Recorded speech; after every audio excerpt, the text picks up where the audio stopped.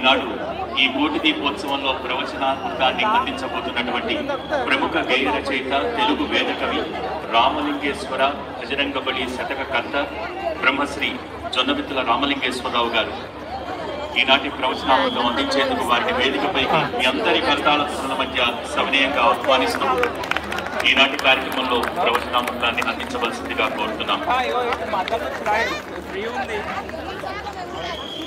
ఓం నమః శివాయ. ఓం శ్రీ మహాసరస్వతి నమః. ఈరోజు ఈ పరమ పవిత్రమైన భక్తి టీవీ కోటి దీపోత్సవ వేదిక పైన వాసన సరస్వతి దేవి కూడా కోల్పోయినది. కొద్దిసేపట్లో అమ్మవారి పూజ కూడా మొదలు.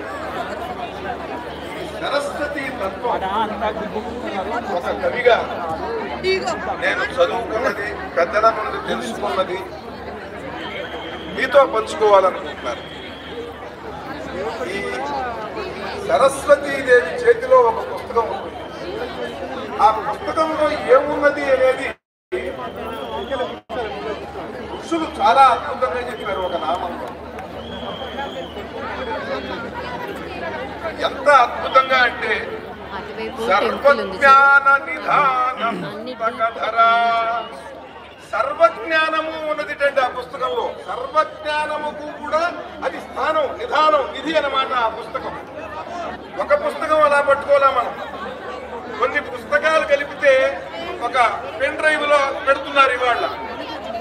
అలా ఈ అమ్మవారి చేతిలో ఉన్నటువంటి పుస్తకం వేదములు, ఉపనిషత్తులు, పురాణములు, గ్రంథములు, కావ్యములు, సర్వజ్ఞానము కూడా సమస్త జ్ఞానానికి నిధి అయినటువంటి పుస్తకం అది.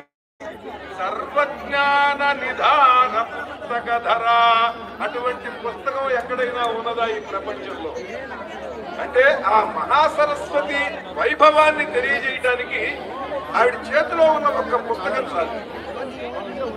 అలాగే ఈ అమ్మవారి లక్షణం ఏమిటి అని అంటే శబ్ద రూపిణి, శబ్దం. ఓం నమః శివాయ అంటే మీకు అది ఒక శబ్దం. ఆ శబ్దం వినగానే మీకు ఏమనిపిస్తున్నది? శివుడికి నమస్కారం తెలియజేస్తున్నారు అనేది తెలియజేస్తుంది. దాంట్లో అర్థం మీకు విడదీస్తే ఓం నమః శివాయ, శివునికి నమస్కారం అంటే ఒక శబ్దంలో ఒక అర్థం ఉన్నది, భావం. శబ్ద రూపిణి ఈవిడే, భావ రూపిణి ఈవిడే. ఇలా ఈ శబ్ద భావములు రెండిటితో కూడుకున్నటువంటి ఈవిడ అక్షర రూపిణి. అక్షరము అంటే, క్షరము అంటే నశించిపోతుంది, అక్షరము అంటే నశించనిది అనే అర్థం చెప్తారు. అలా కాకుండా అక్షరము అంటే శబ్దం వెలువడితే ఏమనిపిస్తుంది మనకు? వెంటనే అక్షరం. ఉదాహరణకి చీ వేరు, లా వేరు, కావేరు అంటే ఈ స్ఫురణ గాని, ఆ అర్థము గాని, ఆ శబ్దము గాని అన్ని కూడా ఒకటే, అంతా సరస్వతీమయమే. అలాగే ఈ మయం కానిది ఏదీ లేదు. శివమయం, అంతా శివమయం, అంతా రామమయం అంటారు. నిజానికి చెప్పాలంటే పారమార్థికమైనటువంటి దృష్టితో చూస్తే ఈ శివ విష్ణు రూపాలు మనం ఏర్పరచుకున్నవి.